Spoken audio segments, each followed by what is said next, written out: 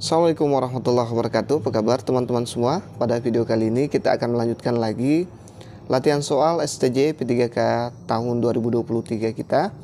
Sekarang sudah part 8 teman-teman.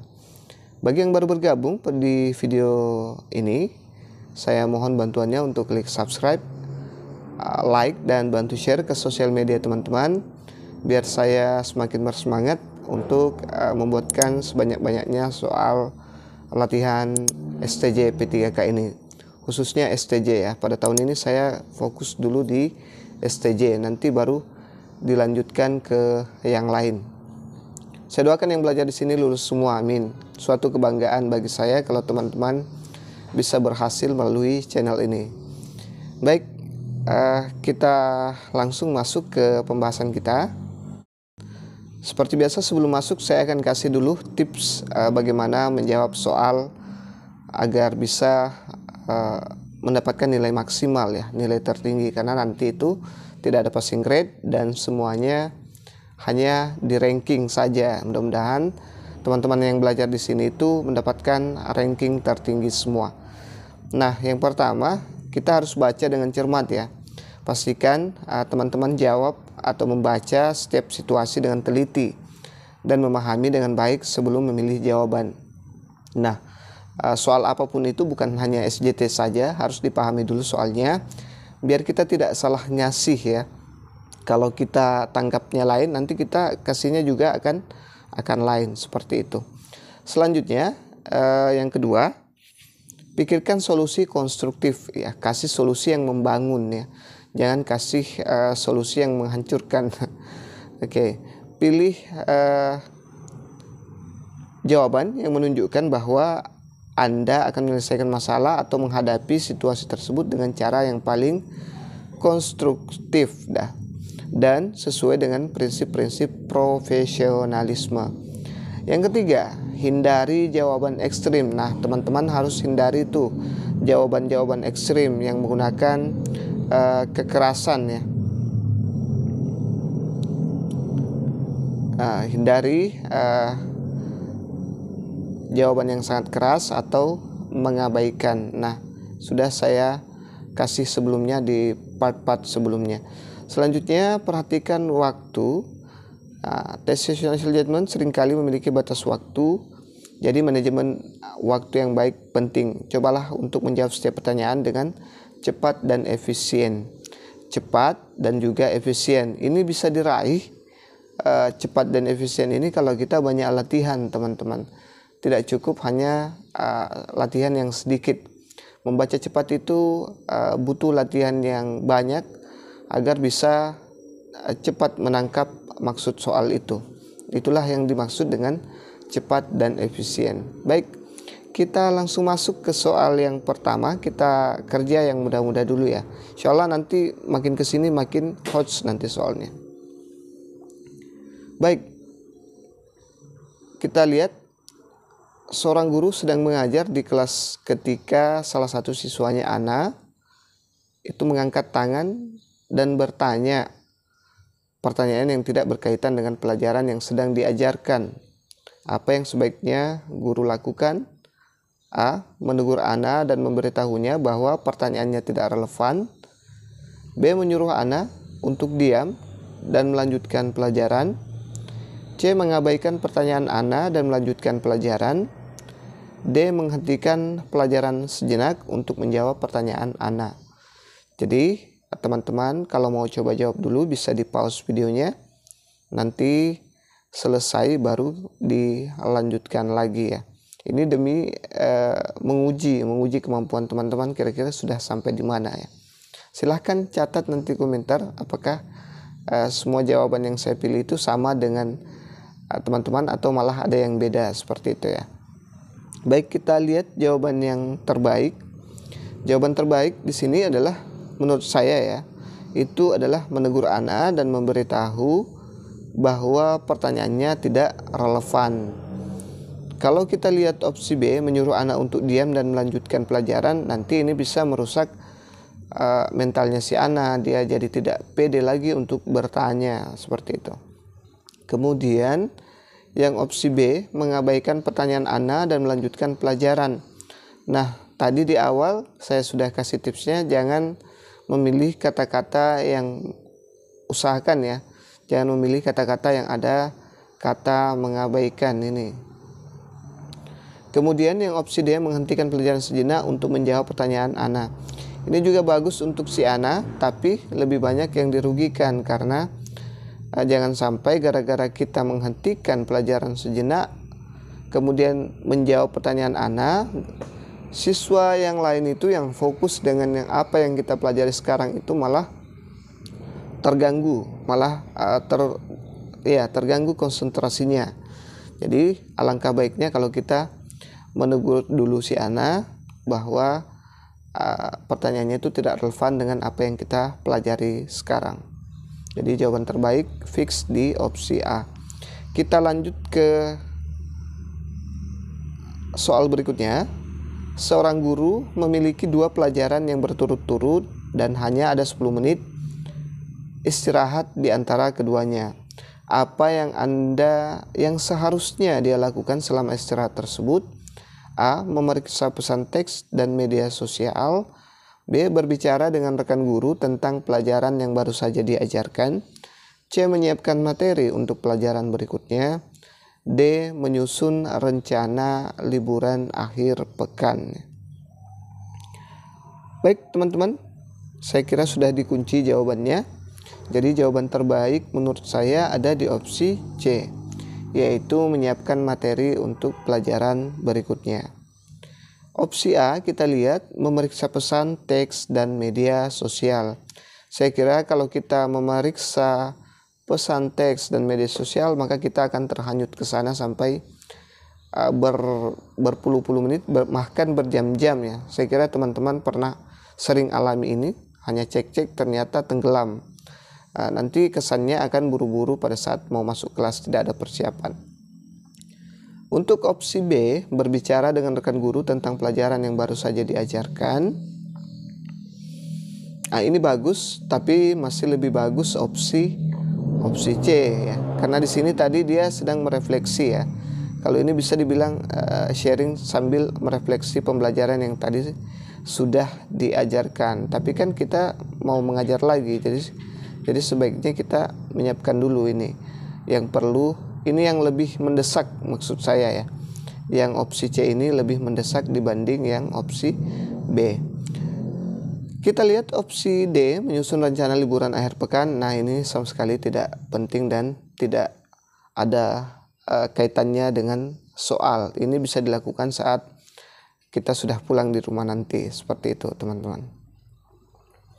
Kita lanjut ke soal berikutnya. Jangan lupa subscribe, like, dan bantu share ke sosial media teman-teman. Seorang guru sedang mengajar di kelas, tiba-tiba lampu padam. Apa yang seharusnya dia lakukan? A. Lanjutkan mengajar dalam kegelapan. B. Hentikan pelajaran dan biarkan murid pulang. C. Minta murid untuk berbicara satu sama lain dalam kegelapan. D. Tenangkan murid dan tunggu sebentar. Mungkin listrik akan kembali dalam waktu singkat. Ya, jadi teman-teman, saya yakin teman-teman langsung bisa mengunci jawaban yang ini. Jadi jawaban yang tepat adalah opsi D ya. Tenangkan murid dan tunggu sebentar. Mungkin listrik akan kembali dalam waktu singkat. Karena ketika lampu padam itu kita tidak tahu kapan nyalanya, apakah lama atau sebentar. Tapi kebanyakan hanya sebentar, hanya beberapa menit. Kalau opsi A, lanjut mengajar dalam kegelapan, ini saya anggap tidak efektif ya teman-teman. Selanjutnya yang opsi B, hentikan pelajaran dan biarkan murid pulang. Ini apalagi, masa kalau misalnya teman-teman ngajar 7.30, mati lampunya jam 8, mau disuruh pulang jam 8, itu kan agak kacau ya. Yang opsi C, minta murid untuk berbicara satu sama lain dalam kegelapan. Ini sebaiknya tenang ya, karena kalau dalam kegelapan itu agak susah, komunikasinya bisa tambah kacau nanti kelasnya kalau ribut dalam kegelapan. Oke, kita lanjut ke soal yang berikutnya. Seorang guru mendapati beberapa siswa yang belum selesai mengumpulkan tugas pada tenggang waktu yang telah diberikan, dikarenakan banyaknya tugas yang menumpuk dari mata pelajaran lain. Jika seandainya Anda sebagai guru, apa yang Anda lakukan? A. Memberikan fasilitas untuk berdiskusi dan mengajarkan pada siswa tentang bagaimana cara mengatur waktu dengan baik serta bertanggung jawab pada tugas yang diberikan. B. Memberikan toleransi tambahan waktu agar siswa yang belum mengumpulkan tugas dapat menyelesaikan tugasnya. C. Tetap meminta tugas yang telah diberikan dengan sanksi nilai sesuai dengan tugas yang dikerjakan sebagai upaya untuk memberikan efek jera pada siswa. D. Menolak tugas yang dikumpulkan melewati batas waktu agar tidak mengingkari kesepakatan yang sudah disepakati. Baik teman-teman, ini agak panjang ya, sudah mulai hot. Jadi jawaban terbaik menurut saya adalah opsi A ya. Memberikan fasilitas untuk berdiskusi dan mengajarkan siswa bagaimana cara mengatur waktu dengan baik serta bertanggung jawab pada tugas yang diberikan. Itulah jawaban terbaik menurut saya. Kalau opsi B, memberikan toleransi waktu tambahan agar siswa yang belum mengumpulkan tugas dapat menyelesaikan tugasnya. Kalau dibiarkan seperti ini malah tidak menyelesaikan masalah ya. Di kemudian hari nanti akan berbuat lagi hal yang seperti itu karena dianggap kita ini guru yang toleran ya, yang bisa menoleransi kesalahan mereka. Jadi dan juga agak kurang bagus kalau mereka lebih mendahulukan mapel lain dibanding mapel kita. Itu sangat kurang bagus menurut saya ya. Opsi C, tetap meminta tugas yang telah diberikan dengan sanksi nilai sesuai dengan yang dikerjakan sebagai upaya untuk memberikan efek jera. Ini juga bagus, tapi sebisa mungkin hindari hukuman ya. Seperti di awal tadi, hindari kekerasan atau hal-hal yang bersifat ekstrim. Ini kan berupa hukuman teman-teman. Hukuman tapi meskipun tidak kasar tapi nilainya tetap negatif. Menolak tugas yang dikumpulkan melewati batas waktu agar tidak mengingkari kesepakatan yang sudah disepakati. Nah, ini langsung menolak ya. Langsung menolak. Jadi saya pikir kurang bagus juga karena agak keras dengan siswanya. Kalau memang langkah ini tidak sesuai, baru kita tidak berhasil, langkah pertama ini tidak berhasil, baru kita ke langkah yang berikutnya. Misalnya opsi C, baru kita ke opsi D, seperti itu. Jadi usahakan langkah pertama dulu. Di video-video sebelumnya saya sudah bilang tes situational judgment itu atau STJ itu meminta solusi langkah pertama apa dulu yang kita berikan. Solusi pertama apa dulu pada saat terjadi sesuatu atau dalam situasi itu ya, langkah awal, bukan yang lebih tinggi atau dan sebagainya, seperti itu teman-teman. Silahkan tonton video saya ya, biar lebih enak lagi belajarnya. Kita lihat soal berikutnya. Rudi adalah siswa kelas 6 SD yang pintar dan sangat rajin menolong. Ayah R sudah meninggal dan ibunya mencari nafkah sebagai pedagang kue untuk mencukupi kebutuhan anak-anaknya. Seringkali Rudi tidak masuk sekolah karena harus membantu ibunya berjualan. Sebagai guru, Rudi yang sebaiknya Anda lakukan adalah A. Memberikan yang sebagai bantuan secara sukarela setiap bulannya. B. Tetap tidak memperbolehkan Rudi untuk absen dan mengajak teman-teman guru lain untuk membantu keuangannya. C. Memberikan penjelasan pada Rudi arti penting dan aturan sekolah serta mengarahkan apa yang sebaiknya dilakukan. D. Memberikan penjelasan pada Rudi dan ibunya tentang arti penting dan aturan sekolah serta mendiskusikannya bersama tentang masalah yang dihadapi. Nah, kira-kira yang mana opsi terbaik di sini teman-teman?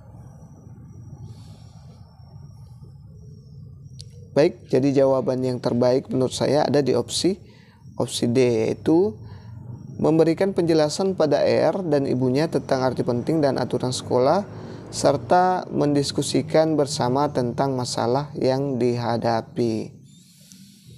Nah, kalau opsi A memberikan bantuan secara sukarela setiap bulannya, ini saya pikir agak memberatkan ya teman-teman. Kita yang sebagai ASN saja itu hidupnya pas-pasan ya. Apalagi kalau misalnya dia yang pada kasus ini adalah guru honorer. Jadi ini agak berlebihan. Saya anggap agak jangan terlalu berlebihan juga menjawabnya.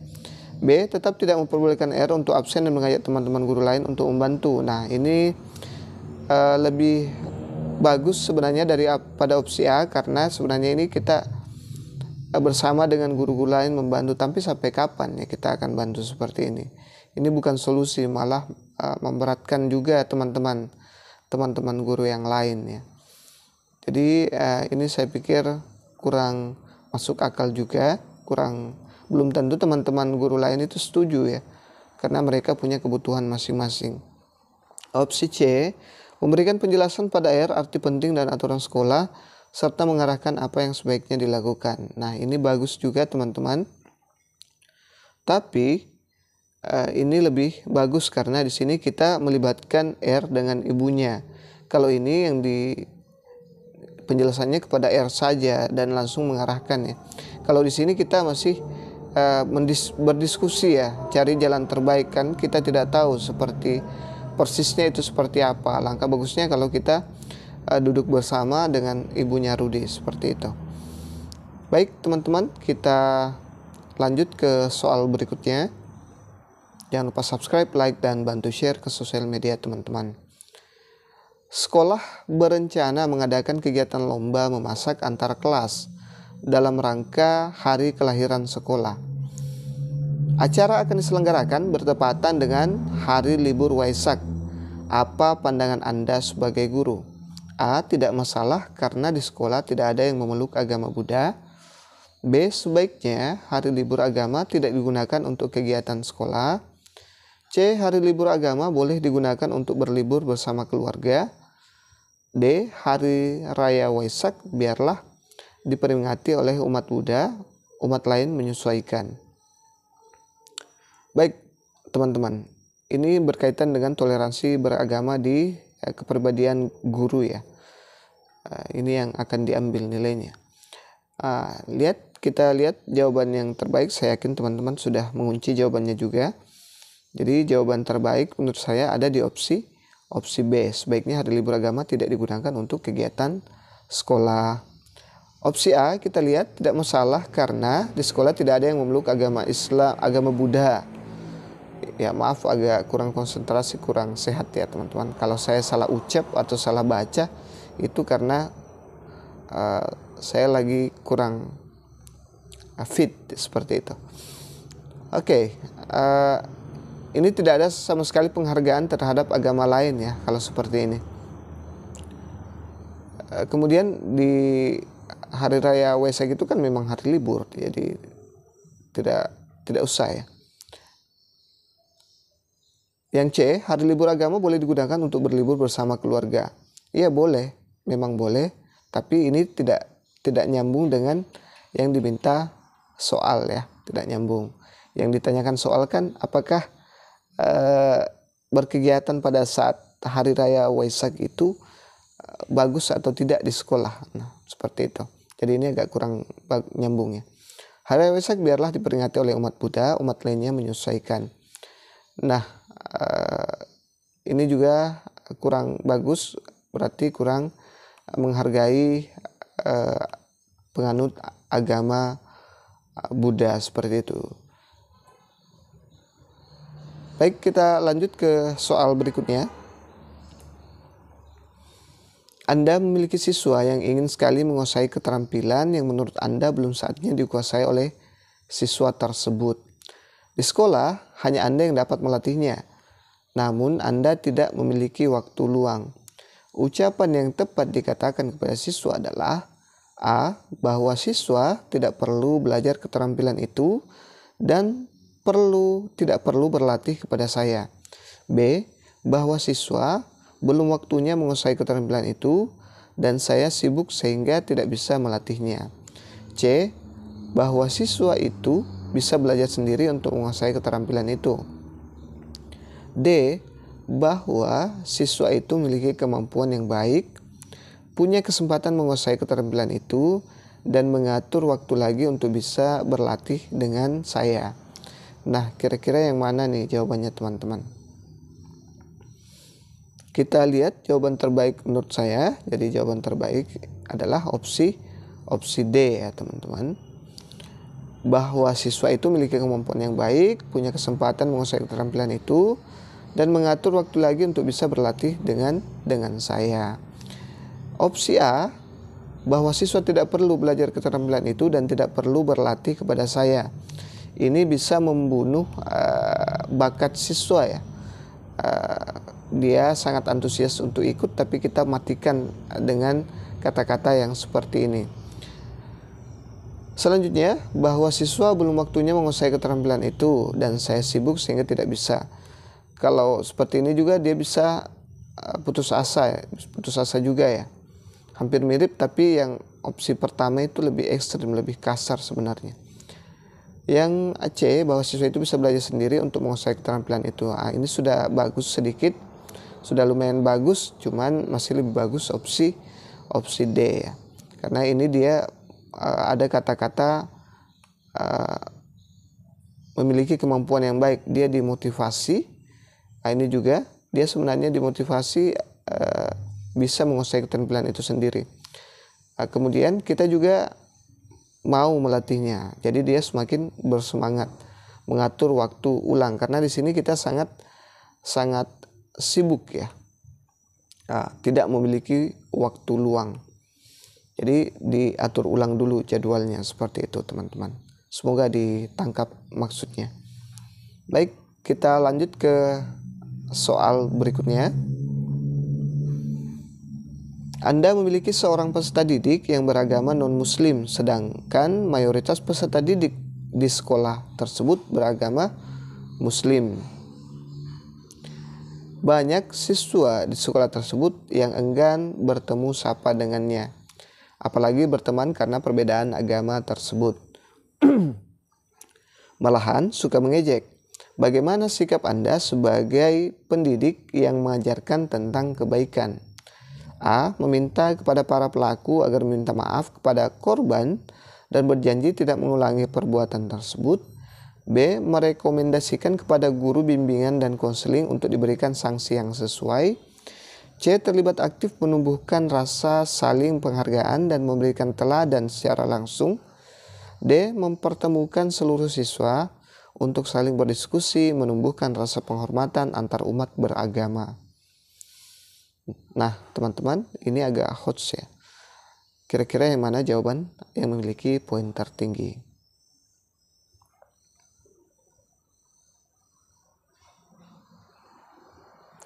Kita lihat jawabannya. Jadi yang opsi terbaik adalah opsi C ya. Itu menurut saya teman-teman.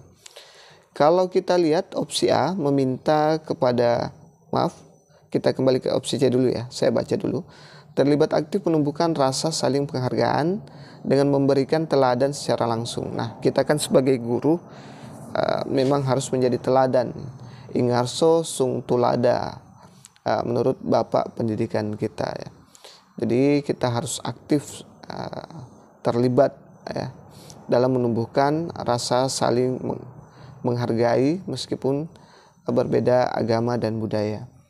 Kalau opsi A meminta kepada para pelaku agar minta maaf pada korban dan berjanji tidak mengulangi perbuatan tersebut. Nah, ini saya anggap solusi yang solusi yang biasa-biasa saja ya dibanding opsi C. B. Merekomendasikan kepada guru bimbingan dan konseling untuk diberikan sanksi yang sesuai. Nah, ini bisa dilakukan setelah kita tidak mempan.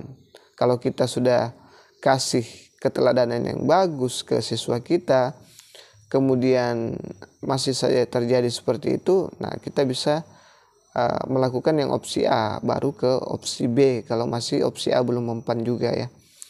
Kalau opsi D, mempertemukan seluruh siswa untuk saling berdiskusi menumbuhkan rasa penghormatan antara umat beragama. Saya pikir ini nanti pada saat semua jurus yang lain sudah tidak mempan. Tapi saya rasa kalau kita melakukan yang opsi C ini, itu bakal tumbuh secara alami, teman-teman. Mereka akan melihat langsung seperti apa kita ini adalah model seperti itu. Baik, kita langsung lanjut ke soal berikutnya. Jangan lupa subscribe, like, dan bantu share ke sosial media teman-teman. Anda memiliki beban mengajar yang tinggi dalam seminggu. Di samping itu, Anda menjadi salah satu pengurus inti koperasi sekolah untuk kesejahteraan warga sekolah. Apa yang Anda lakukan? A. Saya berbagi tugas dengan pengurus inti lainnya dalam mengelola koperasi sehingga tidak mengganggu tugas mengajar. B. Saya mengutamakan tugas mengajar dengan sedikit mengabaikan tugas sebagai pengurus koperasi sekolah. C. Saya melaksanakan tugas mengajar yang diselingi dengan melaksanakan tugas-tugas pengurus kepala sekolah. D. Saya berusaha menolak penugasan koperasi sekolah karena bisa mengganggu tugas mengajar. Kita lihat jawabannya. Jadi jawaban terbaik menurut saya ada di opsi A ya. Saya berbagi tugas dengan pengurus inti lainnya dalam mengelola koperasi sehingga tidak mengganggu tugas mengajar. Ya, karena di koperasi itu bukan hanya satu orang. Jadi alangkah bagusnya kalau kita berbagi dan tugas mengajar kita tetap lancar jaya, tidak ada yang saling tumpang tindih ya. Kalau opsi B, saya mengutamakan tugas mengajar dengan sedikit mengabaikan tugas sebagai pengurus koperasi sekolah. Nah, ini bisa jadi pincang ya, koperasinya tidak maksimal. Yang opsi C, saya melaksanakan tugas mengajar yang diselingi dengan melaksanakan tugas-tugas pengurus koperasi sekolah. Nah, kalau kata selingan ini